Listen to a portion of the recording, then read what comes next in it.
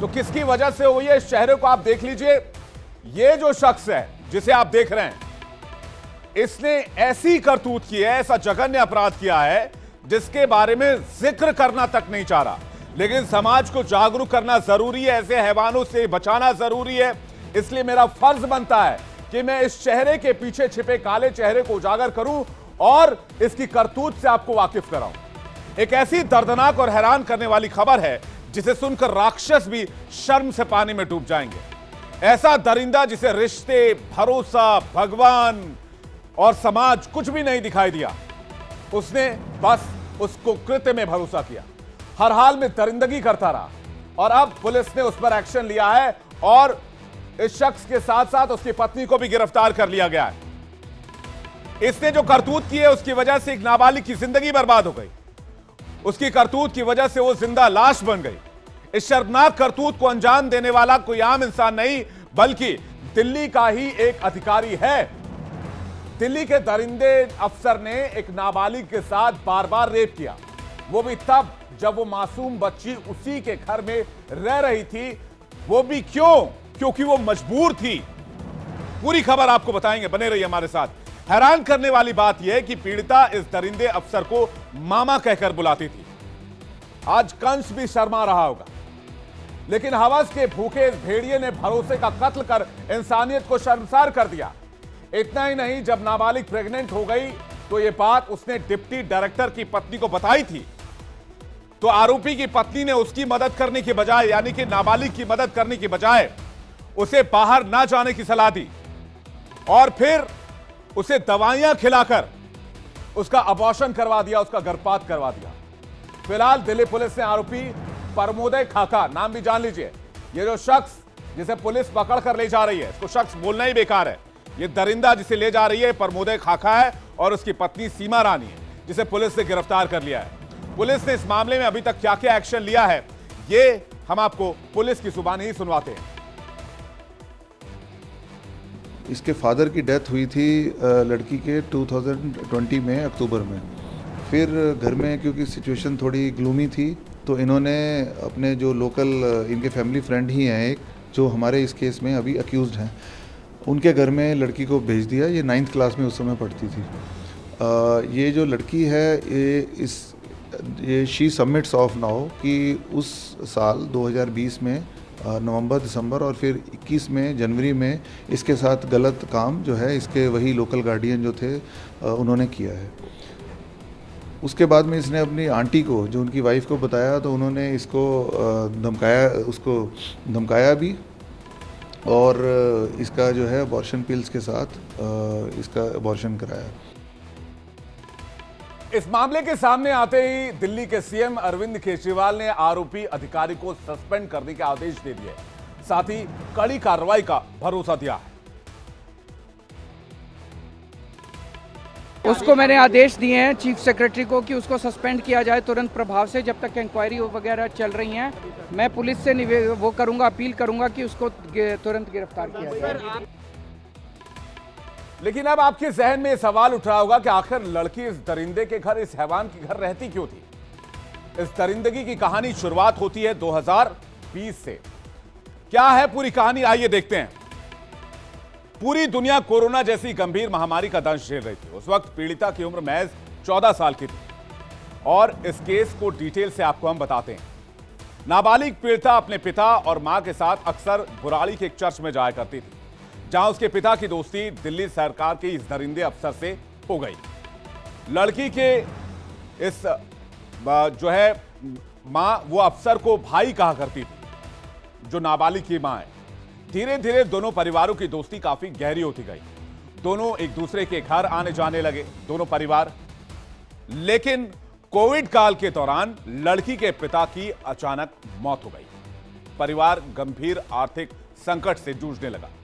पिता की मौत ने परिवार को तोड़कर रख दिया। इसी दौरान दरिंदे अफसर ने उनकी बेटी को अपने घर में रखने का प्रस्ताव दिया, क्योंकि परिवार आर्थिक तंगी के हालात से गुजर रहा था।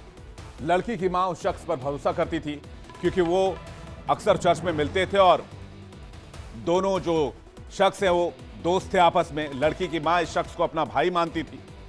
लड़की की मां के पास ऐसी कोई वजह नहीं थी कि इस पर भरोसा ना किया जाए, और ऐसी कई वजहें थी कि वो इस इंसान पर इतना विश्वास कर सकती थी कि उन्होंने अपनी बेटी को उनके घर पर रखने का फैसला कर लिया।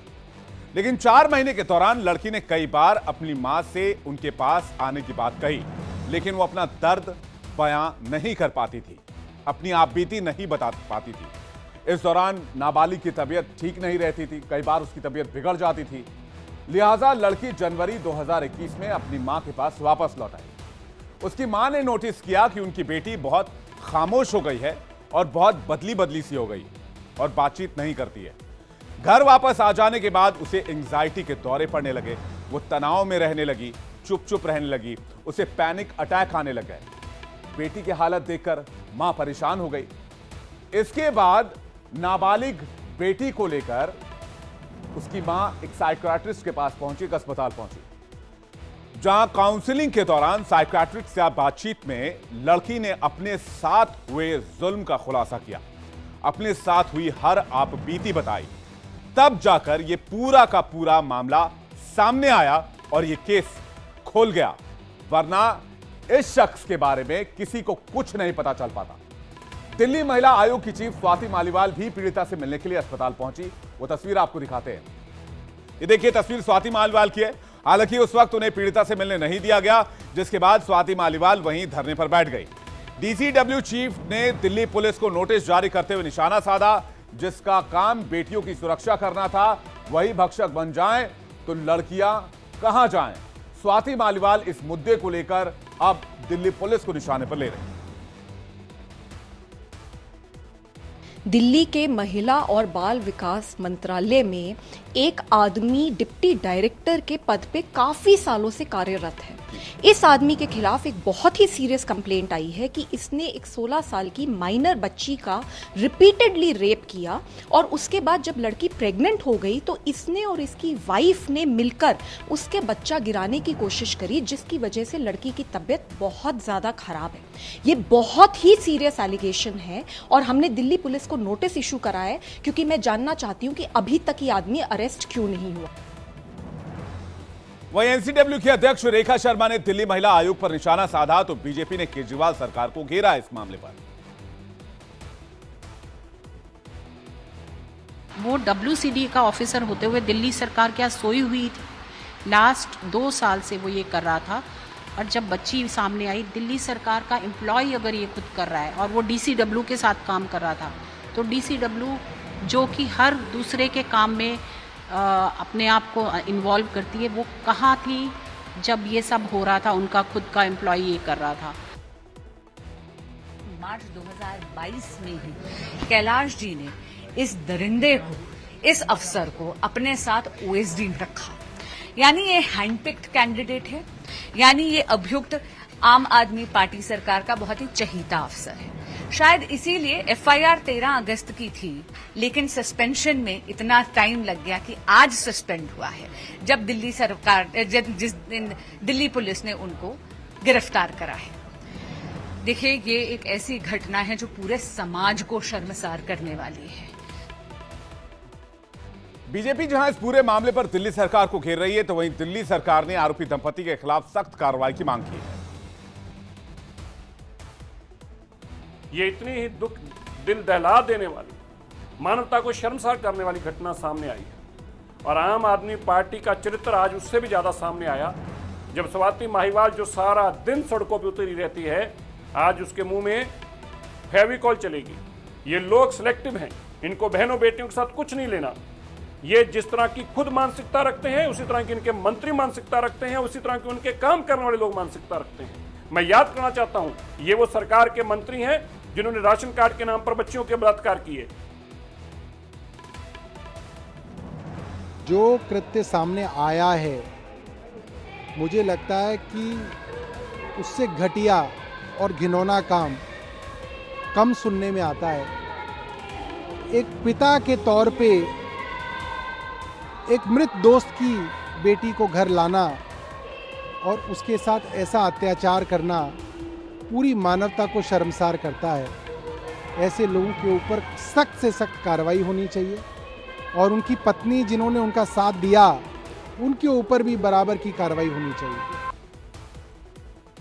मासूम लड़की ने इतना कुछ झेला जिसकी कल्पना उसकी मां और उसने कभी सपने में भी नहीं की होगी।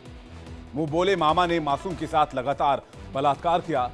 फिलहाल पीड़िता अस्पताल में एडमिट है, उसका इलाज जारी है, हालत स्थिर है, लेकिन अभी तक उसका बयान मजिस्ट्रेट के सामने दर्ज नहीं हो पाया है। लड़की के बयान दर्ज होने के बाद ही आगे की कार्रवाई मुकम्मल की जाएगी, लेकिन पूरा देश ये मांग कर रहा है कि इस दरिंदे के खिलाफ ऐसी कार्रवाई होनी चाहिए कि भविष्य में कोई किसी के भरोसे का इस कदर से बलात्कार ना कर सके, किसी बच्ची की जिंदगी को इस तरह बर्बाद ना कर पाए। लेकिन इस मामले के खुलासे के बाद सवाल दिल्ली पुलिस की कार्रवाई पर